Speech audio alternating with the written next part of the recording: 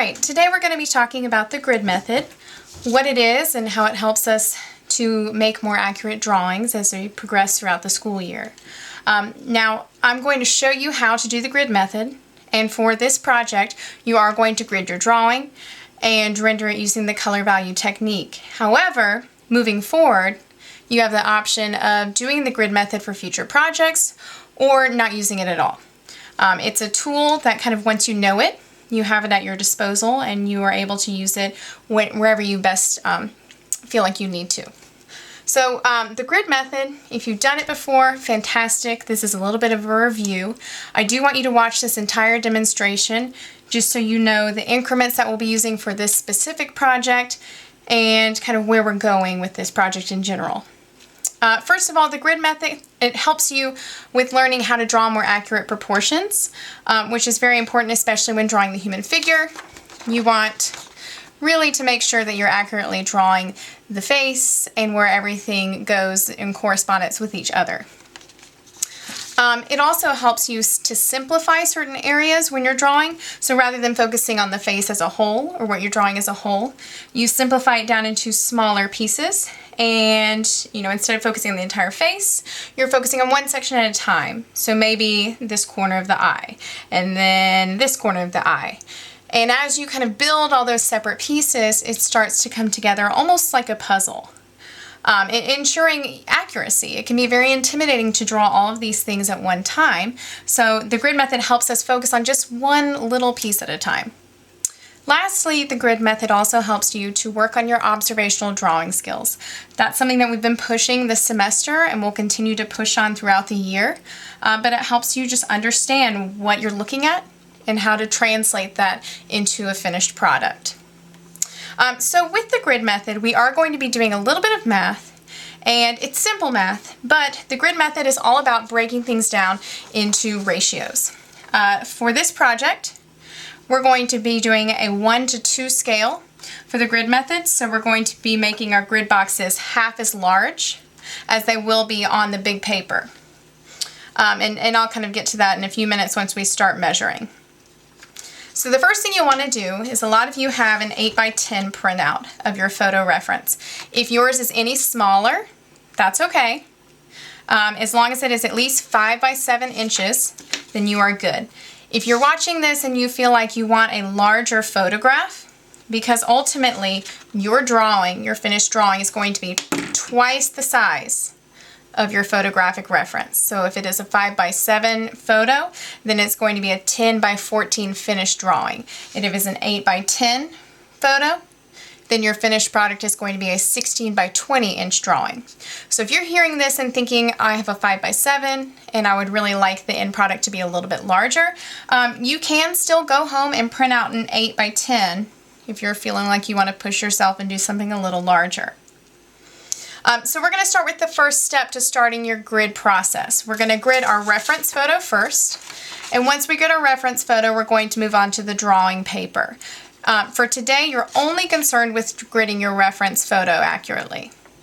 The first thing I'm going to do is I need to be able to focus on only what's in my photo. If I have any extra area that's not printed on, any of these white strips, I'm going to want to fold those over so I no longer see them.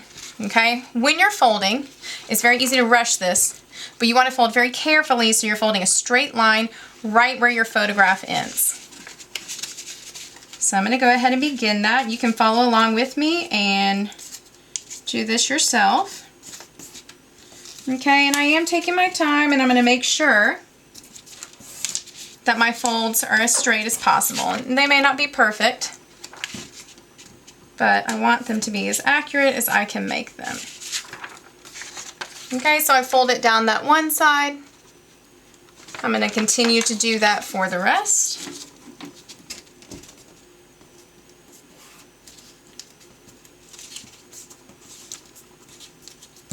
And by doing this,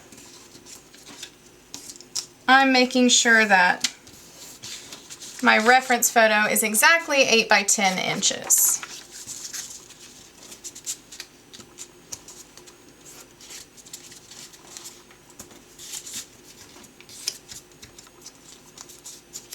And my folds are not going to be perfect, but for demonstration's sake,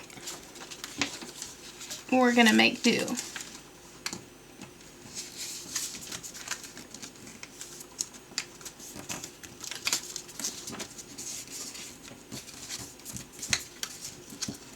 Okay. So now I have a reference photo that doesn't have any visible white areas. Okay, the next thing I'm going to do is I'm going to make my grid marks at every 1/2 inch increment on the ruler. So, just to be clear, I'm going to highlight these areas in red.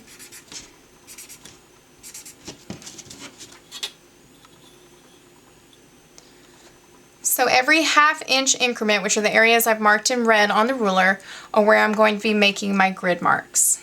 Now it's very important that you watch all of these steps before you start making your marks on your paper. And the only reason I say that is it's not an overly complicated process.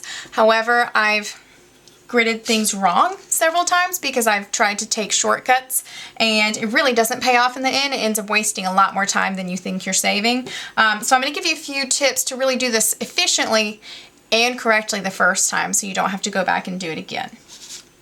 Alright, so the first thing is I'm going to line my ruler up with the edge of my paper, and it's very important that your ruler starts at this first line, not the actual edge of the ruler. So what I mean by that is I'm going to take the edge of my photo and I'm going to line it up with the first line on my ruler. Make sure it is straight with the top of my photograph. And now I'm going to begin making my grid marks. I'm making my marks in a red Sharpie, and that's so you can easily see them on this video. However, I would recommend doing your grid lines in a dark pencil, and if you're feeling really confident, in a pen. Okay, but nothing thick like this. I'm just doing this so you can see. So because I'm making my marks at every 1/2 inch, I'm going to go ahead and make sure it's lined up, and I'm going to start making my tick marks, is what I call them. So it's lined up at the very beginning. I'm going to make my first tick mark at 1/2 inch, my second tick mark at 1 inch, and I'm going to continue doing that down the entire length of the paper, still at every 1/2 inch increment. Okay, it's very important to make sure that your ruler stays still as you do this. If it does slide or if it, gets off track, then just line it back up with the marks that you've made. So I'll show you. When you're done with one side, it should look like that. So evenly spaced marks, 1/2 inch apart.